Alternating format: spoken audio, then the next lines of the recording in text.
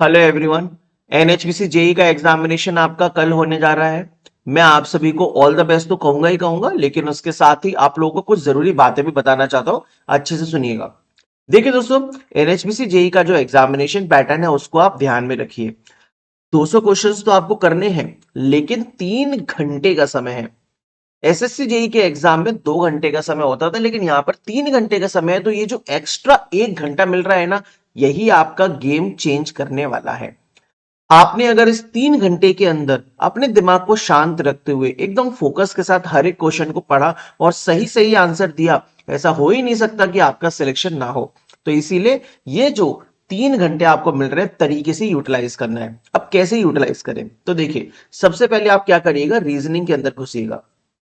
30 questions में से 25, 26, 27, 28 जितने भी क्वेश्चंस आपसे सॉल्व हो, 30 मिनट के अंदर 30 क्वेश्चंस रीजनिंग के आपको उड़ा लेने हैं। अगर और जल्दी बन गए, सिंपल आया तो और अच्छी बात है ना। लेकिन अगर टफ आया तो मैक्सिमम 30 मिनट हमें लेना है, उसके अंदर इन 3 क्वेश्चंस को तोड़ना है हमें। इसके बाद हमें सेकंड नंबर पे टेक्निकल के अंदर एंटर करना है, और इसमें हमें अच्छे खासे 2 घंटे देने हैं। 2 घंटे बोले तो 120 मिनट, और इन 120 मिनट के अंदर इन 140 क्वेश्चंस को आप एक बार नहीं, कम से कम 2 बार भी सॉल्व कर सकते हो। देखिए, टेक्निकल के अंदर बहुत ज्यादा न्यूमेरिकल नहीं आएगा। जो आएगा वो मेनली थ्योरेटिकल आएगा। अगर न्यूमेरिकल आ भी गया तो वो सबके लिए आएगा, आपके लिए नहीं, अकेले। तो क्वेश्चंस जो थ्योरेटिकल टाइप के होते हैं वो कैसे होते हैं, एक तो होता है जो हमें बिल्कुल एग्जैक्टली पता है कि हाँ भैया इसका आंसर ये होता है। जैसे जर्मेनियम का कट इन वोल्टेज पूछ लिया तो 0.3 वोल्ट होता है, रट्टा खत्म, चलो आगे। है ना, कुछ और पूछ लिया तो वो हमें एग्जैक्टली मालूम है, हम लोग उनको आंसर करते जाएंगे सीधे के सीधे। कंप्यूटर बेस्ड टेस्ट है। दूसरे कुछ क्वेश्चंस ऐसे होते हैं जो कि स्टेटमेंट वाले हैं, या फिर उनमें दो ऑप्शंस में कंफ्यूजन है ना। हमने पढ़ा तो है, लेकिन दो ऑप्शंस में कंफ्यूजन है, उसको आप मार्क फॉर रिव्यू कर दीजिए। और तीसरा जो क्वेश्चन होता है वो ऐसा है कि भैया हमने तो पढ़ा ही नहीं है, ये हमने आज तक देखा ही नहीं है। ऐसे भी कुछ क्वेश्चंस होंगे, तो उनको आप सिरे से निकाल दीजिए, मतलब सिरे से निकाल दीजिए, बिल्कुल उनको नेग्लिजिबल मान लीजिए कि भैया ऐसा कोई क्वेश्चन आया ही नहीं था पेपर में। आखिर में देखेंगे कुछ अगर पता होगा इसके बारे में तो कुछ सोच पाएंगे, तो अभी तो नहीं पता, तो उनकी टेंशन ही मत लीजिए।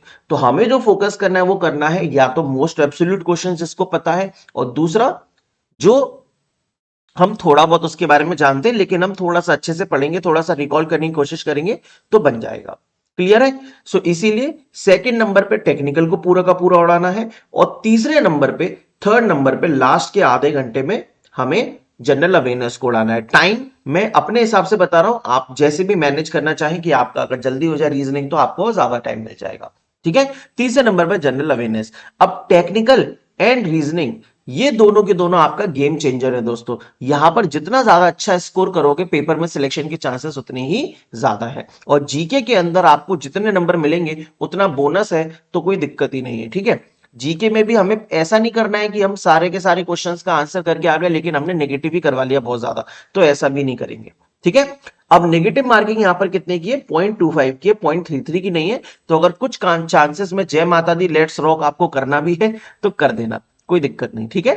कुछ क्वेश्चंस में लेके, तो देखो दोस्तों, जैसा कि मैंने आपको ऑलरेडी बताया, आपके पास इनफ टाइम है, सो रीड क्वेश्चंस प्रॉपर्ली, अच्छे से क्वेश्चंस को पढ़िएगा। है ना। टेक्निकल के अंदर सबसे बड़ी दिक्कत यही है कि हम अच्छे से क्वेश्चंस को पढ़ के समझ नहीं पाते। अगर आपने वो कर लिया तो काम खत्म। और कोई किसी क्वेश्चन में अगर दिक्कत आ रही है समझने में, इंग्लिश लैंग्वेज टफ लग रही है, तो इंग्लिश टू हिंदी भी चेंज हो जाएगा आपका। है ना, दोनों लैंग्वेज में मिलेगा, तो ये भी आपके लिए बहुत अच्छा रहेगा, एक तरीका क्वेश्चन को आराम से क्लियर अंडरस्टैंड करने का। है ना, हिंदी में चेक करके देख लीजिएगा क्या कहना चाह रहा है, दैट्स इट। फिर वही टेक्निकल एंड रीजनिंग में हमें मैक्सिमम स्कोर करना होगा। एक और बात, जनरल इंजीनियरिंग एक बहुत बड़ा डाउट है सभी के सभी स्टूडेंट का। देखिए, 2023 में नहीं आया था, 2022 में आया था। पेपर वालों ने सही से क्लियर भी नहीं किया कि आएगा कि नहीं आएगा, सिलेबस में दिया था। अब जनरल इंजीनियरिंग मान लीजिए अगर पेपर में आ गया, तो क्या किसी ने पढ़ा है, किसी ने भी नहीं पढ़ा। मैं आपको बता देता हूं, किसी को नहीं आता, दूसरे ब्रांच का कोई नहीं पढ़ पाता। लोगों से इलेक्ट्रिकल का ही नहीं पढ़ा जा रहा है, दूसरे ब्रांच का कहां से पढ़ेंगे। तो तुम टेंशन मत लेना। जनरल इंजीनियरिंग के अंदर भी सिविल, इलेक्ट्रिकल और मैकेनिकल 3 सब्जेक्ट्स आएंगे, अगर आएंगे तो। समझ गए, अगर आया भी 30 नंबर का, तो सिविल, इलेक्ट्रिकल, मैकेनिकल तीनों ब्रांच का आएगा। तो तुम इलेक्ट्रिकल तो अटेम्प्ट कर ही लेना अच्छे से, सिंपल सी बात है। और इलेक्ट्रिकल अटेम्प्ट करने के बाद सिविल, मैकेनिकल में अगर कुछ समझ में आया तो ठीक है, नहीं समझ में आया तो छोड़ दो। तो इतनी टेंशन नहीं लेनी, ठीक है ना, सबकी दिक्कत होगी वो। सो इसीलिए डोंट वरी, आपको चिंता नहीं करनी है, अभी से बता दे रहा हूं। प्रिपेयर होके जाइए, दिमाग को प्रिपेयर करके जाइए। लास्ट पॉइंट है, जिस क्वेश्चन को आंसर करोगे एंड मार्क फॉर रिव्यू भी कर दिया वो कंसिडर नहीं होगा। मतलब पीजीसीएल में ये गलती बहुत सारे बच्चों के साथ हुई थी भाई, मार्क फॉर रिव्यू भी कर दिया और लास्ट में हमने क्वेश्चन सॉल्व करते करते पेपर सबमिट करने से पहले उन क्वेश्चंस को आंसर भी कर दिया। अब मार्क फॉर रिव्यू से नहीं हटाया और आंसर भी किया हुआ है तो वो कंसिडर ही नहीं होगा।